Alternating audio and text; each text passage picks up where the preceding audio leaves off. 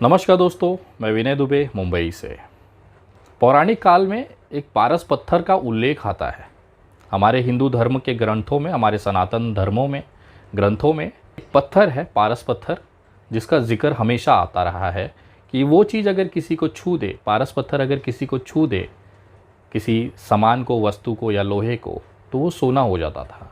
ऐसी किंवदंतियाँ और कहानियाँ पुराने ज़माने से चली आ रही हैं, सुनाई देती है, हमने बचपन में बहुत सुनी है।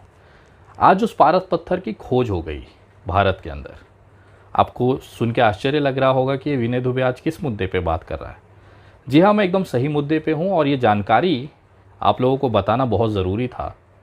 कल शाम मैं बैठा हुआ था तो ये पारस पत्थर का मुझे ख्याल आया। आज भारत के अंदर वो पारस पत्थर का नाम है मुसलमान। उस पारस पत्थर का नाम है इस्लाम, कुरान। जी हाँ, ये एक ऐसी चीज़ें हैं, मुसलमान एक ऐसी चीज़ हो गई है कि जो भी इस चीज़ को करीब जाएगा, जो भी इस चीज़ से उलझेगा, वो सोना हो जा रहा है।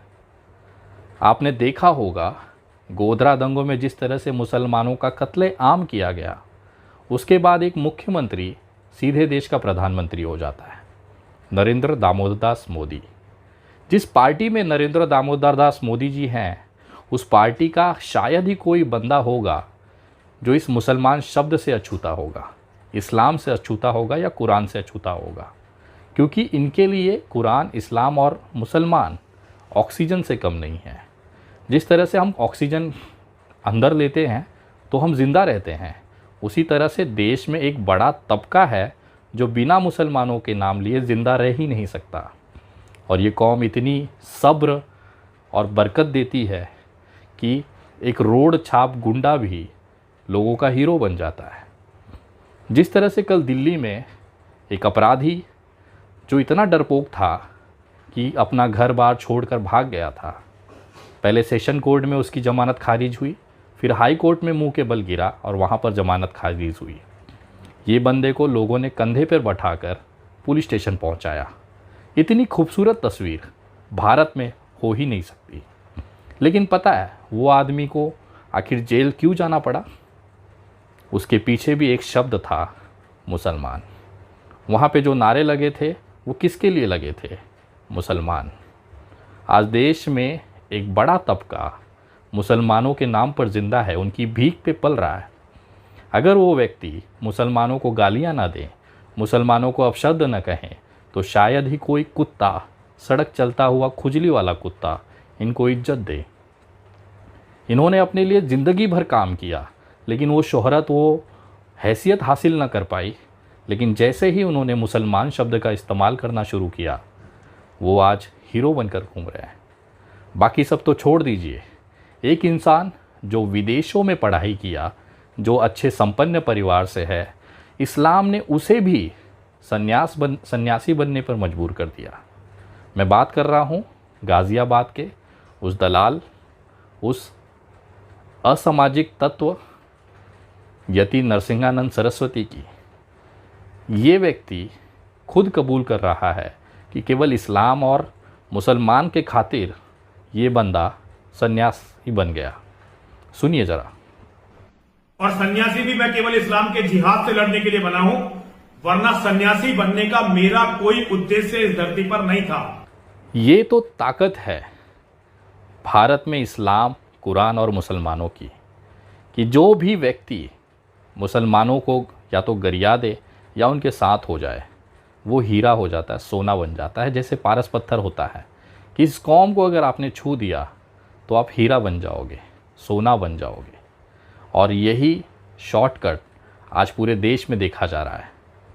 चूड़ी वाले के साथ मारपीट होना, चाहे कचरे वाले के साथ मारपीट होना, चाहे पानी पूरी वाले के साथ मारपीट होना, चाहे एक मसाला डोसा बनाने वाले दुकान पे एक छोटा सा कारीगर, सोचिए एक छोटा सा कारीगर जिसकी 150, 200, 400 रुपए की दिन की कमाई होती है, वो मुसलमान होने के नाते एक ग्रुप को लगातार मीडिया में चर्चा में बना देता है। ये तो ताकत है मुसलमान और इस्लाम की, कि एक अदना सा इस्लामिक मुसलमान व्यक्ति उन हिंदू नेताओं को चमका देता है जो अपनी पूरी ज़िंदगी अपना पिछवाड़ा रगड़ देते हैं, लेकिन गली के बाहर उनकी कोई औकात नहीं होती। लेकिन जैसे ही वो किसी मुसलमान को छू देते हैं, वो राष्ट्रीय चेहरा बन जाते हैं, हीरो बन जाते हैं। दिल्ली में जिस तरह से कल एक अपराधी को कंधे पे बिठा के घुमाया गया, वो कहीं ना कहीं उसके पीछे एक मुसलमान का ही हाथ है। वो मुसलमान का नाम लेता है, उनको गालियाँ देता है। आज वो सोना हो चुका है। आपको पता है उमर खालिद भाई जेल में क्यों हैं? क्योंकि वो मुसलमान है।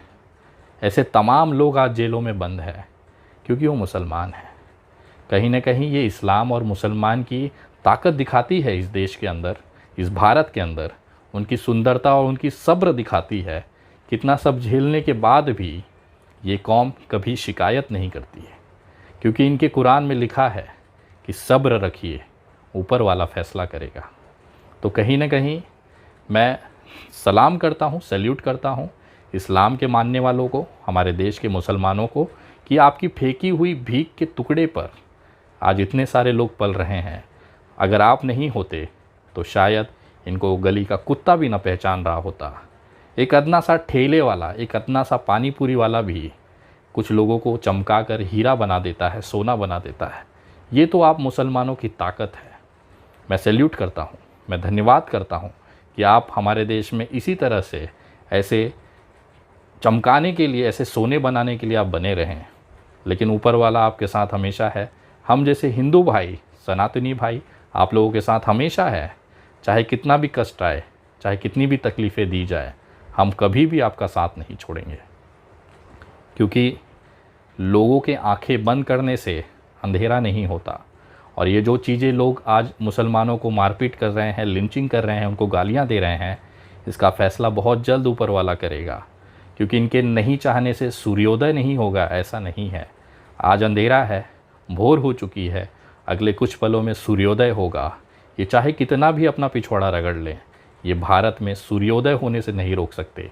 नरेंद्र मोदी जी आए और चले भी जाएंगे, बहुत सारे नेता भारतीय जनता पार्टी के आए और चले भी जाएंगे। ये देश चलता रहेगा, बिना नरेंद्र मोदी के भी चलता रहेगा, बिना योगी आदित्यनाथ के भी चलता रहेगा, बिना उद्धव ठाकरे के भी चलता रहेगा, बिना ममता बनर्जी के भी चलता रहेगा। ये देश हमेशा चलता रहेगा। और जिन लोगों को लगता है कि बिना नरेंद्र मोदी या बिना अमित शाह के देश चलना नामुमकिन है, तो कृपया इसी समय नरेंद्र मोदी जी की धर्मपत्नी को देख लीजिए। बेचारी 40 साल से सकुशल अपनी ज़िंदगी जी रही है। तो ऐसा भ्रम अगर ये पाल के बैठे हैं कि बिना मोदी के देश ना चलेगा, तो उनकी पत्नी को देखकर आप ज़रा सीखिए। ये समय है, बदलेगा ज़रूर।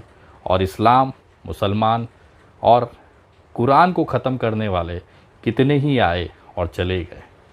मैं धन्यवाद करता हूँ, सल्यूट करता हूँ मुसलमानों के उस सब्र को, जिन्होंने अपने इस्लाम में, अपने कुरान की उसकी नियमों को उन्होंने पाला है और अपने अंदर सब्र रखा है। ऊपर वाले पे यकीन रखिए, अल्लाह पर यकीन रखिए, प्रभु श्री राम पे यकीन रखिए, क्योंकि कण कण में ये बसते हैं और कभी भी गलत नहीं होने देंगे। इनकी लाठी में कभी भी आवाज़ नहीं होती।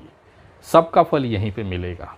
जिस तरह से बाबरी मस्जिद के शहीद करी गई, आज देखिए लाल कृष्ण आडवाणी की क्या हालत है।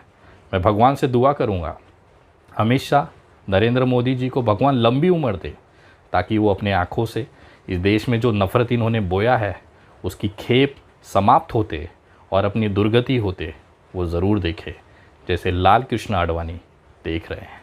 भगवान आप लोगों को लंबी उम्र दे, शतायु बनाए, ये कामना मैं करता हूँ। तमाम मेरे इस्लामिक भाइयों को, मुसलमान भाइयों को विनय दुबे की तरफ से सैल्यूट है, सलाम है। जय हिंद, जय महाराष्ट्र।